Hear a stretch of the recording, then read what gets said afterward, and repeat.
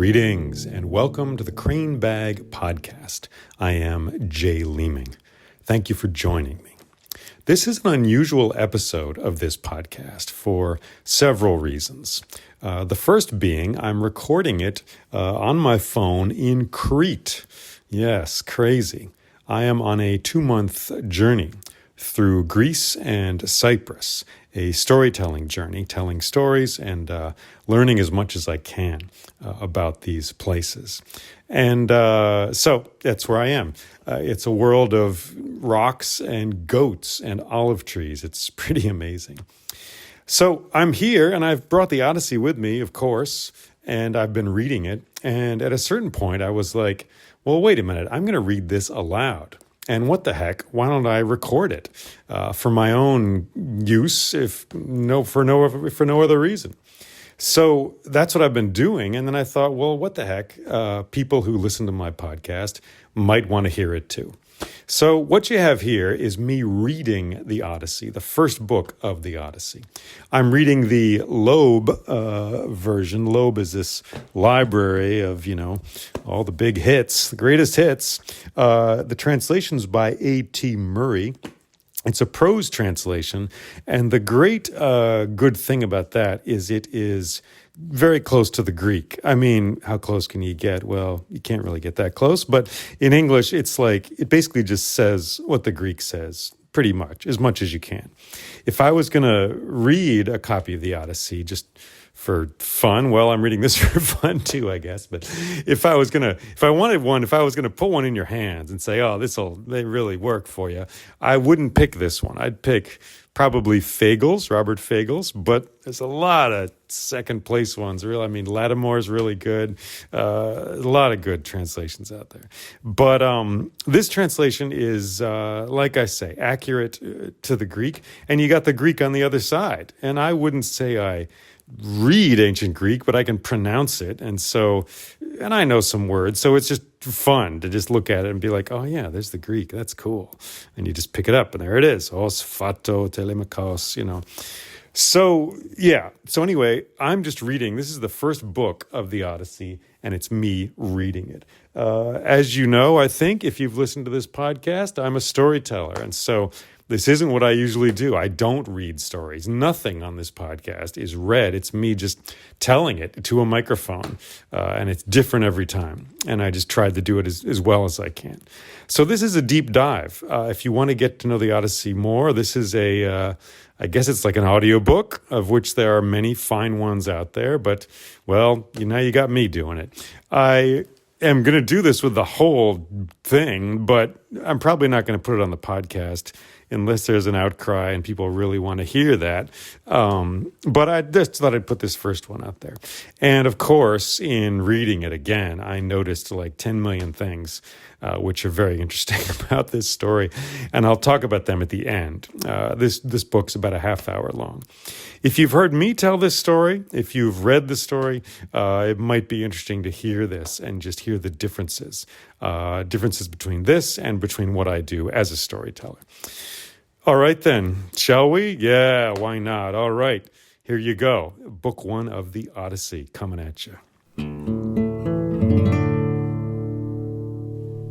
The Odyssey, translated by A.T. Murray and read by Jay Leeming. Book 1. Tell me, Muse, of the man of many devices, driven far astray after he had sacked the sacred citadel of Troy. Many were the men whose cities he saw and whose minds he learned, and many the woes he suffered in his heart upon the sea, seeking to win his own life and the return of his comrades. Yet even so he did not save his comrades for all his desire, for through their own blind folly they perished, fools who devoured the cattle of Helios Hyperion, whereupon he took from them the day of their returning. Of these things, goddess, daughter of Zeus, beginning where you will, tell us in our turn. Now all the rest, as many as had escaped sheer destruction, were at home, safe from both war and sea. But that man alone, filled with longing for his return and for his wife, did the queenly nymph Calypso, that beautiful goddess, keep prisoner in her hollow caves, yearning that he should be her husband. But when, as the seasons revolved, the year came in which the gods had ordained that he should return home to Ithaca, not even then was he free from toils and among his own people. And all the gods pitied him except Poseidon. He continued to rage unceasingly against godlike Odysseus until at length he reached his own land. But now Poseidon had gone among the far-off Ethiopians, the Ethiopians who dwell divided in two, the farthermost of men, some where Hyperion sets and some where he rises, there to receive a hecatomb of bulls and rams, and there he was taking his joy, sitting at the feast. But the other gods were gathered together in the halls of Olympian Zeus. Among them the father of gods and men was the first to speak, for in his heart he thought of flawless Aegisthus, whom far-famed Orestes, Agamemnon's son, had slain. Thinking of him, he spoke among the immortals and said, "It's astonishing how ready mortals are to blame the gods. It is from us, they say, that evils come. But they, even by themselves, through their own blind folly, have sorrows beyond that which is ordained. Just as now Aegisthus, beyond that which was ordained, took to himself the wedded wife of the son of Atreus, and slew him on his return, though well he knew of sheer destruction, seeing that we told him before, sending Hermes, the keen-sighted Argiafontes, that he should neither slay the man nor woo his wife. For from Orestes shall come vengeance for the son of Atreus when once he has come to manhood and longs for his own land." So Hermes spoke, but for all his good intent he did not prevail upon the heart of Aegisthus, and now he has paid the full price for it all. Then the goddess, flashing-eyed Athena, answered him, "Father of us all, son of Cronus, high above all lords, clearly that man lies low in a destruction that is his due. So, too, let any other also be destroyed who does such deeds. But my heart is torn for wise Odysseus, ill-fated man, who far from his friends has long been suffering woes in a sea-girt isle, where is the navel of the sea. It is a wooded isle, and on it dwells a goddess, daughter of Atlas of baneful mind, who knows the depths of every sea, and himself holds the tall pillars which keep earth and heaven apart. His daughter it is that keeps back that unfortunate, sorrowing man, and continually with soft and wheedling words she beguiles him that he may forget Ithaca. But Odysseus, in his longing to see, were it but the smoke leaping up from his own land, yearns to die. Yet your heart does not regard it, Olympian. Did not Odysseus, beside the ships of the Argives, win your favor by his sacrifices in the broad land of Troy? Why, then, did you will him such pain, O Zeus?" Then Zeus, the cloud-gatherer, answered her and said, "My child, what a word has escaped the barrier of your teeth? How should I, then, forget godlike Odysseus, who is beyond all mortals in wisdom, and beyond all has paid sacrifice to the immortal gods who hold broad heaven? No, it is Poseidon, the earth-bearer, who is constantly filled with stubborn wrath because of the Cyclops, whose eye Odysseus blinded, namely the godlike Polyphemus, whose strength is greatest among all the Cyclops.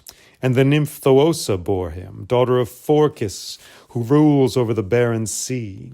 For in the hollow caves she lay with Poseidon. From that time forth Poseidon, the earth-shaker, does not indeed slay Odysseus, but beats him off from his native land. But come, let us who are here all give thought to his return, how he may come home. And Poseidon will let go his anger, for he will in no way be able, against all the immortal gods and in their despite, to contend alone."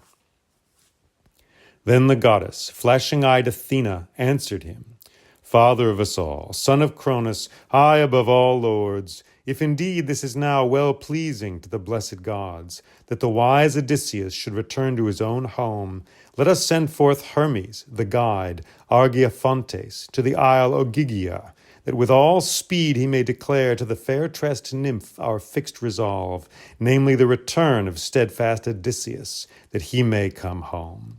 But as for me, I will go to Ithaca, that I may the more arouse his son, and set courage in his heart to call to an assembly the long-haired Achaeans, and speak his word to all the suitors, who continue to slay his thronging sheep and his spiral-horned shambling cattle.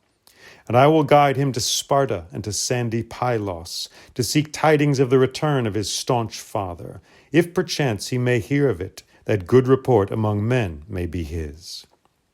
So she spoke, and bound beneath her feet her beautiful sandals, immortal, golden, which were wont to bear her both over the waters of the sea and over the boundless land, swift as the blasts of the wind.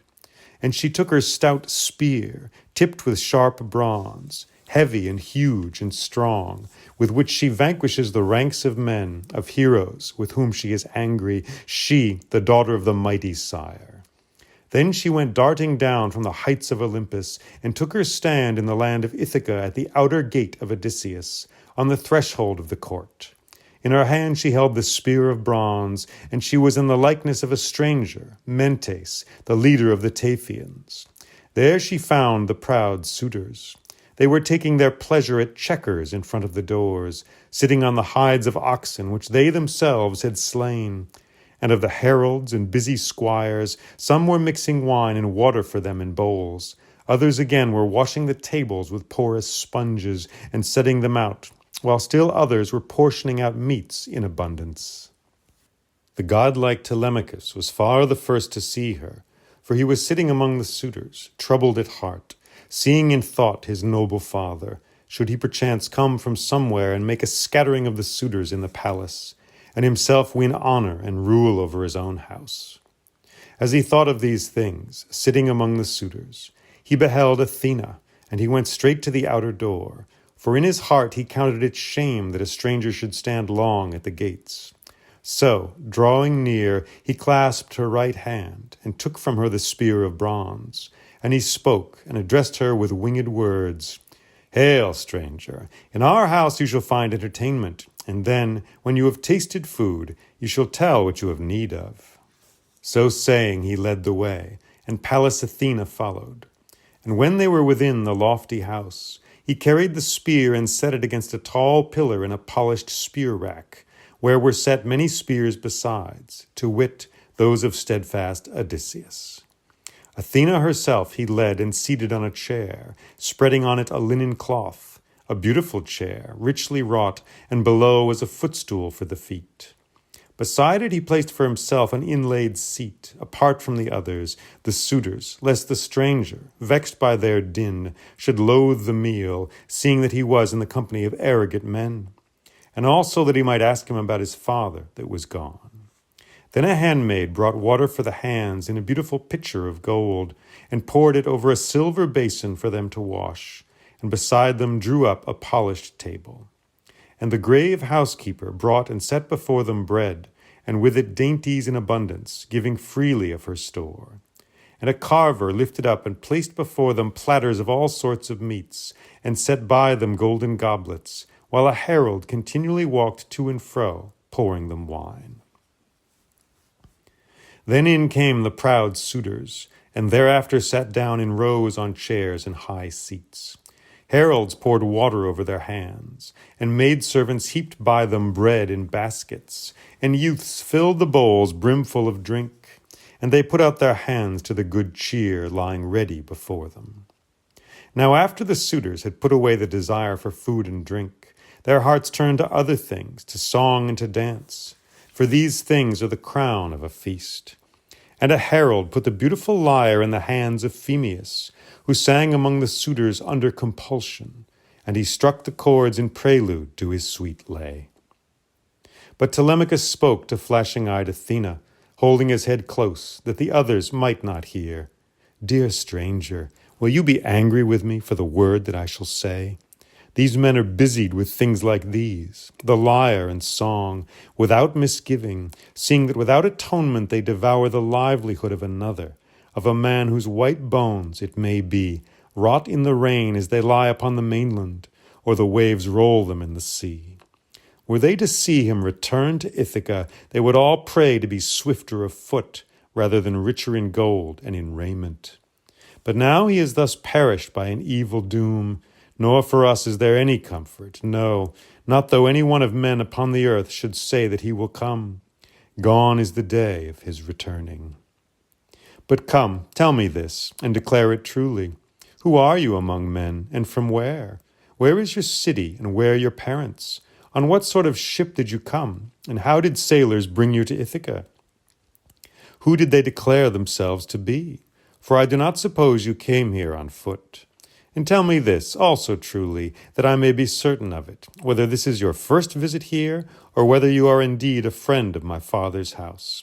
For many were the men who came to our house as guests, since he, too, had traveled much among men. Then the goddess, flashing-eyed Athena, answered him, Therefore I will frankly tell you all. I declare that I am Mentes, the son of wise Anchialus, and I am lord over the oar-loving Taphians. And now I have put in here, as you see, with ship and crew, while sailing over the wine-dark sea to men of strange speech, on my way to Temesa for copper. And I bear with me shining iron. My ship lies yonder beside the fields away from the city, in the harbor of Erythron, under woody Neon. Friends of one another do we declare ourselves to be, just as our fathers were, friends from of old. You may, if you will, go and ask the old hero Laertes, who, they say, comes no longer to the city, but afar in the fields suffers woes attended by an aged woman as his handmaid, who sets before him food and drink, after weariness has laid hold of his limbs, as he creeps along the slope of his vineyard plot. And now I have come, for indeed men said that he, your father, was among his people, but it seems the gods are thwarting his return. For not yet has noble Odysseus perished on the earth, but still, I suppose, he lives and is held prisoner on the broad sea in a sea-girt isle, and cruel men keep him, a savage folk that constrain him, perhaps, against his will. Indeed, I will now prophesy to you, as the immortals put it in my heart, and as I think it shall be brought to pass, though I am no soothsayer, nor one versed in the signs of birds. Not much longer shall he be absent from his own native land. No, not though bonds of iron hold him. He will contrive a way to return, for he is a man of many devices. But come, tell me this, and declare it truly, whether indeed, tall as you are the son of Odysseus himself.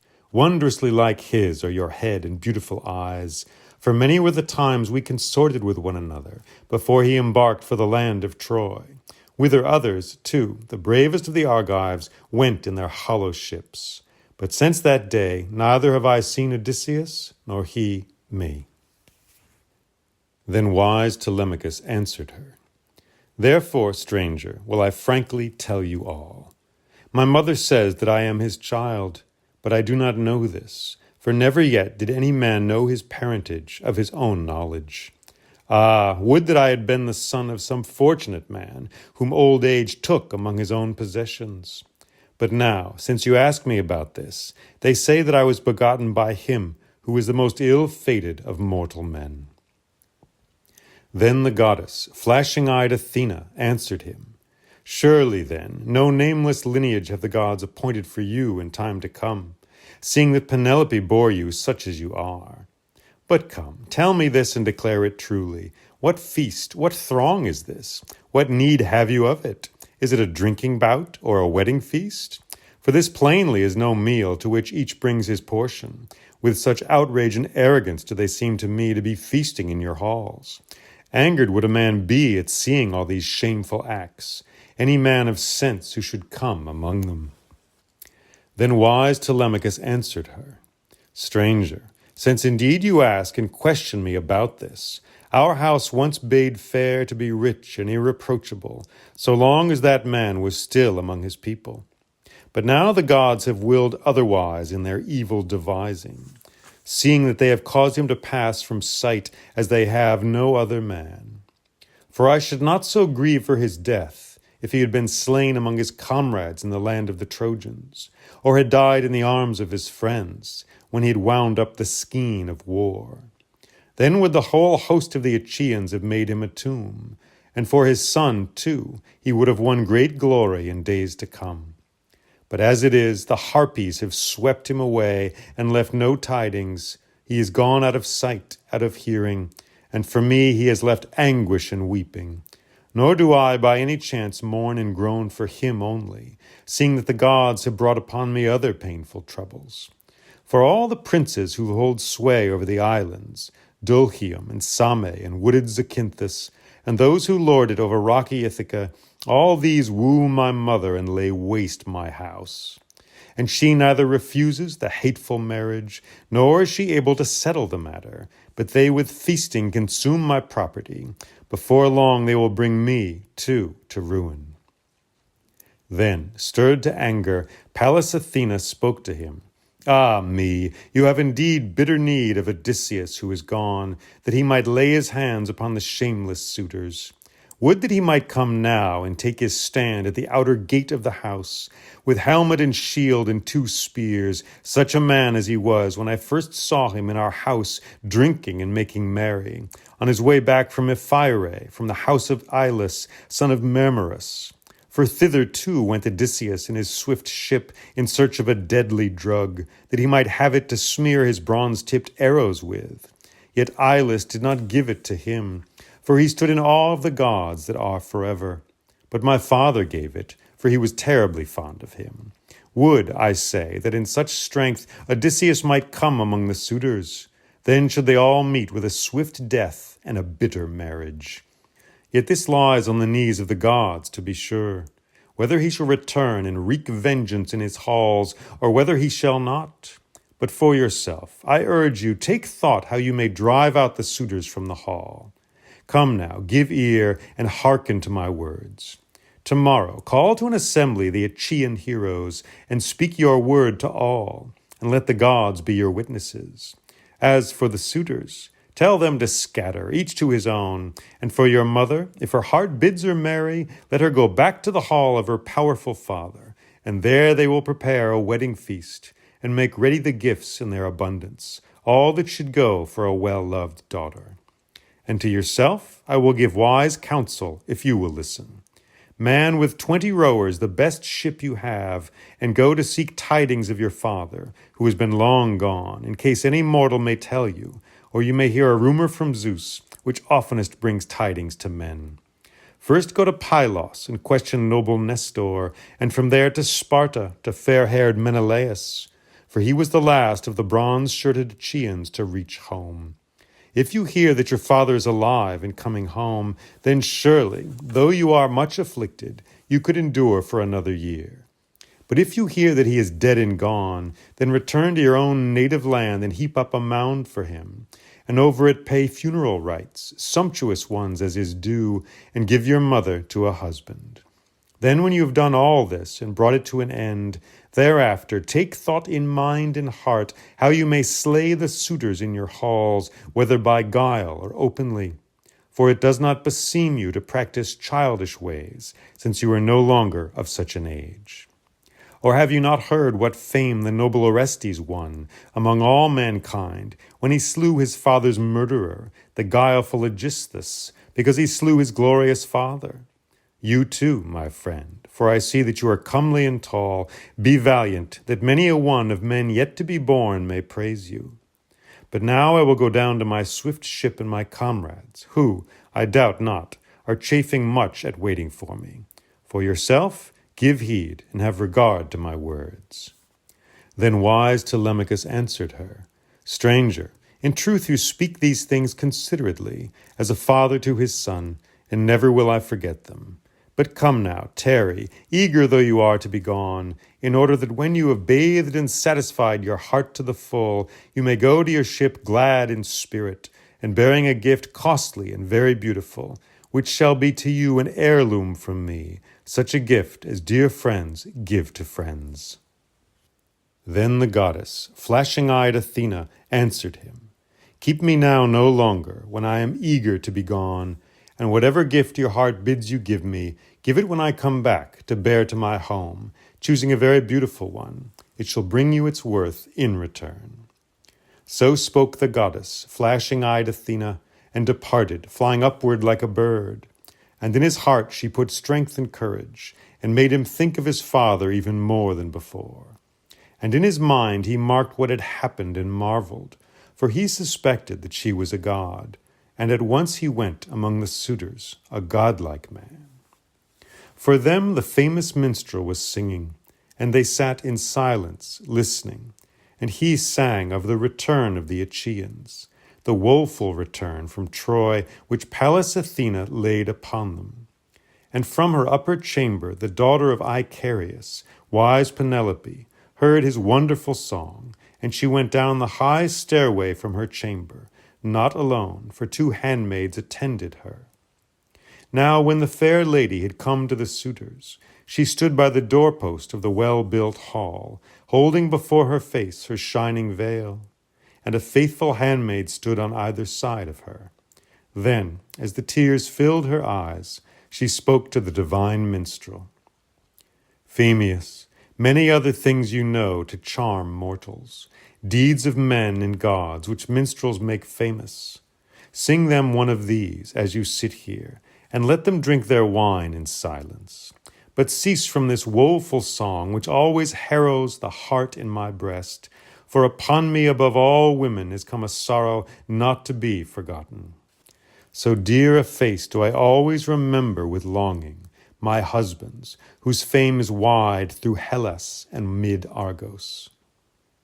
Then wise Telemachus answered her, My mother, why do you begrudge the good minstrel to give pleasure in whatever way his heart is moved?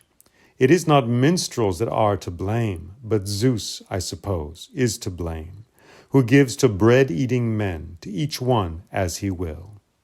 With this man no one can be angry if he sings the evil doom of the Danaans, for men praise that song the most that comes the newest to their ears. For yourself, let your heart and soul endure to listen, for not only Odysseus lost in Troy the day of his return, but many others likewise perished. Now go to your chamber, and busy yourself with your own tasks, the loom and the distaff, and bid your handmaids be about their tasks. But speech shall be men's care, for all, but most of all for me, since mine is the authority in this house. She then, seized with wonder, went back to her chamber, for she laid to her heart the wise saying of her son. Up to her upper chamber she went with her handmaids, and then wept for Odysseus, her dear husband, until gray-eyed Athena cast sweet sleep upon her eyelids. But the suitors broke into uproar throughout the shadowy halls, and all prayed, each that he might lie in bed with her. And among them wise Telemachus was the first to speak. Suitors of my mother, arrogant in your insolence, for the present let us make merry with feasting, but let there be no brawling, for this is a pleasant thing, to listen to a minstrel such as this man is, like to the gods in voice.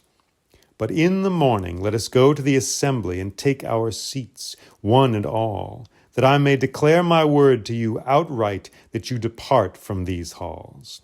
Prepare yourselves other feasts, eating your own stores and moving from house to house. But if this seems in your eyes to be a better and more profitable thing, that one man's livelihood should be ruined without atonement, waste on.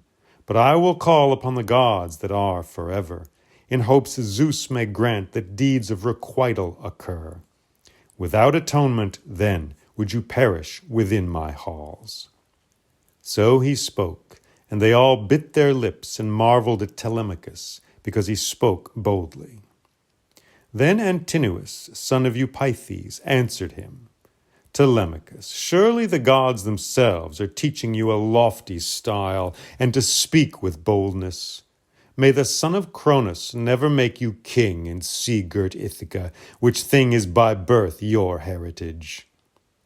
Then wise Telemachus answered him, Antinous, will you be angry with me for the word that I shall say? Even this should I be glad to accept from the hand of Zeus.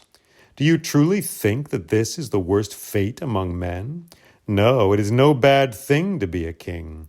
Straightway one's house grows rich, and oneself is held in greater honor.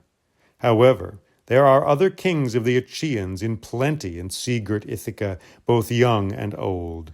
One of these, it may chance, will have this honor, since noble Odysseus is dead. But I will be lord of our own house, and of the slaves that noble Odysseus plundered for me." Then Eurymachus, son of Polybus, answered him, "Telemachus, this matter surely lies on the knees of the gods, who of the Achaeans shall be king in sea-girt Ithaca. But as for your possessions, keep them yourself, and be lord in your own house. Never may that man come who by violence and against your will shall wrest your possessions from you, while men yet live in Ithaca. But I am moved, good sir, to ask you about the stranger, where this man comes from. Of what land does he declare himself to be? Where are his kinsmen and his native fields? Does he bring some tidings of your father's coming? Or did he come here to further some matter of his own? How he started up and was instantly gone. Nor did he wait to be known, and yet he seemed no base man in looks." Then wise Telemachus answered him, "Eurymachus, surely my father's homecoming is lost and gone. No longer do I put trust in tidings, from wherever they may come, or pay attention to any prophecy which my mother perchance may learn from a seer when she has called him to the hall. But this stranger is a friend of my father's house from Taphos. He declares that he is Mentes, son of wise Anchialus, and he is lord over the oar-loving Taphians." So spoke Telemachus, but in his heart he knew the immortal goddess. Now the suitors turned to the dance and to heart-stirring song, and made merry, and waited till evening should come. And as they made merry, dark evening came upon them. Then they went, each man to his house, to take their rest. But Telemachus, where his chamber was built in the beautiful court, high, in a place with a surrounding view, there he went to his bed, pondering many things in his mind. And with him, bearing blazing torches, went true-hearted Eurycleia, daughter of Ops, son of Pisenor. Her long ago Laertes had bought with his wealth, when she was in her first youth, and gave for her the price of 20 oxen. And he honored her even as he honored his faithful wife in his halls, but he never lay with her in love, for he avoided the wrath of his wife. She it was who bore for Telemachus the blazing torches, for she of all the handmaids loved him most, and had nursed him when he was a child. He opened the doors of the well-built chamber, sat down on the bed, and took off his soft tunic and laid it in the wise old woman's hands. And she folded and smoothed the tunic and hung it on a peg beside the corded bedstead, and then went forth from the chamber, drawing the door to by its silver handle, and driving the bolt home with the thong. So there, the night through, wrapped in a fleece of wool, he pondered in his mind the journey that Athena had shown him.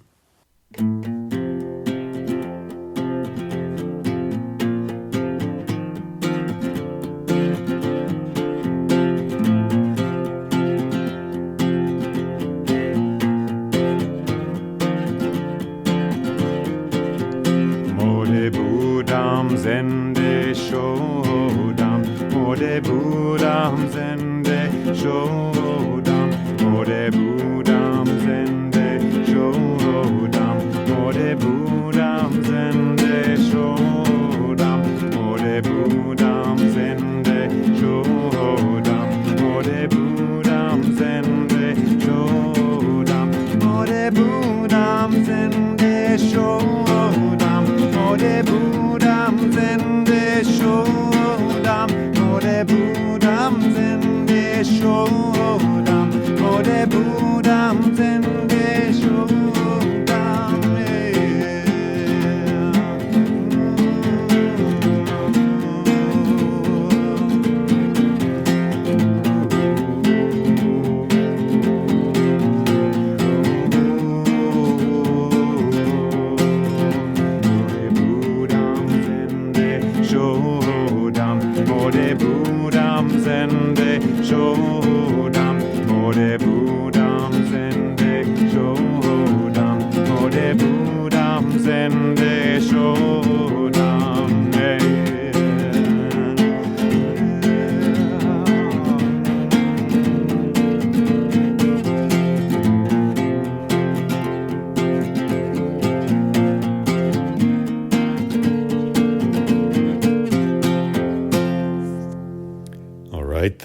there we have it. Thank you for listening. Wow, it's just great. I don't know. I love digging into this and hearing this story again. Reading it, to me, it feels like music. It feels like, oh yeah, because I know what happens, basically. I'm just hearing this music again. And it's beautiful. Now the language, a little antiquated in a few places. Hope I didn't lose you. Did I lose you? Well, if you're still listening, you're still listening. But yeah, maybe you see some of the work. If you didn't, maybe you knew already. But what I do, what other storytellers do, it's to take this. This is where we start, in English. We start with something like this or another translation. And you listen to it, and then you chart your own way, your own course through the story, imagining the situation, knowing what happens, and finding a way to begin and to go through. And not to simply repeat, like a parrot, what Homer has given us in these words. And the storyteller, you work with images. You remember what happens. You remember the events of the story. Those are the main thing. But in doing this, in reading it aloud, in this translation, the language does come out, and some interesting, slippery things come out. I don't know. Maybe I hope you felt this, but it's the language is sort of deceptive. You can see, you listen to it and you're like, what's going on? We're in English, we're not in Greek, but still the repetitions, this has always struck people. Certain things come back and come back again. They could be phrases like utter destruction, for example, sheer destruction, it is put, or they could be longer phrases like when they had put aside desire for food and drink. So those things happen, and much of that is as was shown by Albert Lord and then Milman Parry, there's the folks who looked at this and were like, hey, people, this isn't a novel. This is a bard improvising the story, basically. And that's why there's repetitions, because he's got to fit the meter. So I've talked about that in other podcasts, and you can explore that. That's fascinating. But we also have other repetitions, of things which come back and come back. And it's interesting. This linear narrative is also strangely circular. It's like eddies in a river, things that recur. It's quite amazing. One example, I suppose, of a larger sort of circle like that, a repetition, would be Penelope weeping when Phemius the bard, the famous bard, sings the story of the Trojan War. And she weeps, and she's like, please stop your song. I cannot handle that song. I cannot hear that song, because it makes me weep. And there is such pain in my life. How can you awaken it again? Right? That's what she says. And it's interesting because Odysseus he'll be in the same situation. And that is the situation which will uncork the Odyssey, the main narrative, the one we most remember, which is the tale of Odysseus's adventures. So he's with the Phaeacians, and a different bard, Demodocus, he sings the song of the Trojan War, and Odysseus weeps. And this is what sort of calls him out, and the king notices this. Alcinous is like, oh, this stranger who is our guest is weeping. Our guest is being made uncomfortable. We can't have that. Sing another song. So it's a fascinating repetition. Of course, in this book, we get Telemachus saying, hey, Mom, let him sing. Let the guy sing. Let the man sing. Because the gods brought this to us. And that's those who are to blame. And the bard is not responsible. Now, we in the modern world, maybe not, and I don't want to put thoughts into your head, but none of us kind of like that scene where Telemachus is kind of telling his mother off, like, oh, come on, Mom. But there it is nevertheless. It's meant to show, or it does show, I guess, how Telemachus is growing up. But he's like 20 years old, so not totally mature yet. But anyway, I just noticed that moment. It's fascinating where she weeps and Odysseus will weep later in the story. we see this parallelism. We see this feeling that Penelope and Odysseus somehow both on a journey. Even though she's home, she's on a journey as well. And they are both enduring hardship and trouble in different, but in some ways parallel ways. Other cool moments. And I notice Athena, in disguise as Mentes, putting her spear on the rack there against the wall, next to Odysseus's spears. It's just a sweet little moment. They are going to work together later in the story, most intensely at the end when they're trying to get rid of the suitors. But here we are at the beginning. We're in Ithaca, and she's putting her spear there, and it's just kind of sweet and sad, like he's been gone so long, but his spears are still there. This is a man remembered by at least his wife Penelope and his son Telemachus. So I like that moment. Also, you see how this story, it's, I don't know, reading it, I'm like, man, maybe I've trimmed it down too much, because there's a lot of loose ends in the original, in Homer's version. Every little character which shows up, you get their lineage, you get who their parents are. And it's like there's the main corridor we're walking down, but there's other little side ways we could go, and it makes me curious about those. There's the whole bit of Athena, in disguise as Mentes, says how she was with Odysseus when he went to, where the heck is it, Ephyre, and he'd gone there to get deadly drugs. That's what the translation is here. I don't know, to get woeful poisons, whatever you want to call it, for his arrows. So that's great. Odysseus uses a bow at the end of the story, of course. But in Troy, he's not noted for bow and arrow shooting. That's not a big part of the Trojan War. There are exceptions. There's Philoctetes, there's others. But he's kind of a sword and spear kind of guy. But here he is getting poison for his arrows. And it's just a whole little side story that cool. I want to hear about that. Who is this guy? And what's cool about it is it's not just a simple little anecdote. It's complex because Athena says, Odysseus went to one guy who, in fear of the gods, did not give this poison to Odysseus. But then another person did, So why did the first, I say Ilis refused out of fear of the gods, but then somebody else didn't. So what's going on there? Why would you fear to do that? Like, did you get the poison from the gods? Is that what it is? And you don't want to spread it around? I don't know. But it's a cool little thing. It gives you the sense of a real world, which is alive. And you don't see everything. You don't hear the end of every story. Just as when walking down a city street anywhere, you see someone walk into the post office. That's it. Someone's mailing a package. You don't hear the whole story. You don't hear who they are, what they're mailing. You don't even see them leave. That's all you see. Or they go into a supermarket, or there goes a police car.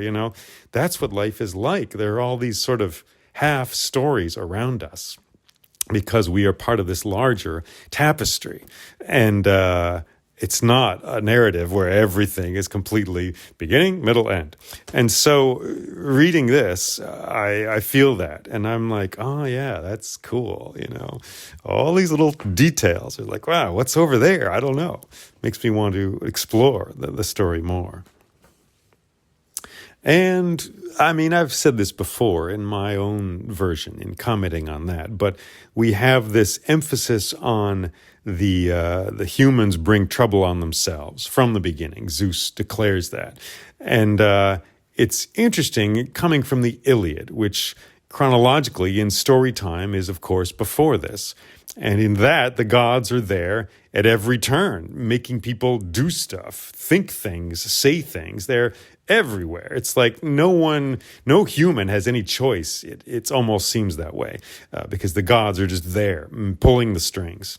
And so right away in this second thing, which, well, who knows, may or may not have been done by a person named Homer, but I tend to think it was the same person because there's so much communication between the two books, so much, each one is conscious of the other. So anyway, I mean, in this one, we're starting off on a different tack. The bard, which is what I imagine it being, is like, all right, we're going to twist it. We're going to flip it. This time it's like the gods are like, the humans do this all themselves. So it's bringing up that issue of free will, choice, and fate, which the Iliad wrestled with, but in a different way, looking at it in a slightly different way. And Zeus says in this translation, beyond what was ordained, he says that about about other characters who do things. So there's this sense that certain things are fated, but within that you do have some choice, which is a interesting thing, but it's not cut and dry. It's not clear, but it's clearly something we're going to explore in this story. And I would also add just a beautiful thing about the Homeric poems is their detail. That's what's so extraordinary to me. It's like TV. It's like a film. I mean, you see every little thing, even though it's 3,000 years old. So written down about 800 BC. That's basically what we think, probably. That's the guess. So we have this very old story, which still speaks to us because it speaks about things which still occur, like a fairy tale. It has resonance now for situations we are in. But at the same time, it's tremendously detailed. It's not just, the Mahabharata, for example, beautiful, amazing story, but it is less detailed. It doesn't exactly show us everything. But this is like, Athena put on her sandals, they put the spear in the rack, beside the door. You can learn so much just about this world. It's so clear how locks work. I mean, you might be pretty confused. I kind of am. But there's like a thong, there's a bolt. It's hard to know. But you can look it up. I mean, there is research about this kind of thing. But my point is that reading this, going through the language like this, you realize just how detailed it is. You can really paint these pictures and see everything as if you are really there, which is pretty amazing. All right, then. I think I'm going to stop there. And like I'm saying now, I'm reading this whole thing and recording it just for fun, honestly. So I have it for a long car trip or something, and I hope you enjoy it. And I am in Crete. I don't know what the heck. Is there goats out there? I can walk out the door. Since you've listened this far, it's night. I don't know if we're going to hear anything. There's a dog. I hear a couple goat bells really far away.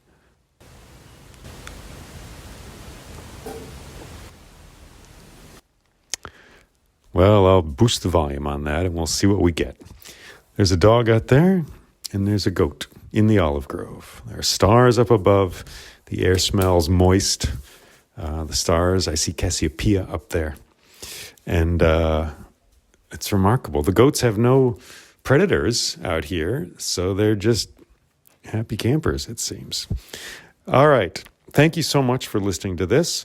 In a while, I will be back home with my guitar and my drum, and I will get cooking. Man, I'll be glad to see those things again, those dear friends of Story. And I will actually set to work on the end of the Iliad. Yeah, that's what I'm looking forward to. Thank you for listening to this, and take care. And hey, wait, by the way, if you want to hear the rest of this, if you really are like, oh yeah, we want to hear you read the Odyssey, send me an email and let me know. leemingj@gmail.com.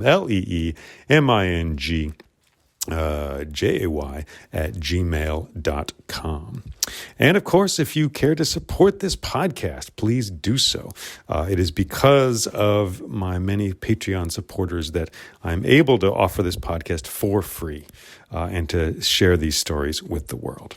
If you are able to do that, that's patreon.com/storyjl. Patreon.com/storyjl. Thank you for joining me. Thank you for having the chutzpah, the determination to jump into this story in this way. I hope it nourishes you. Take care.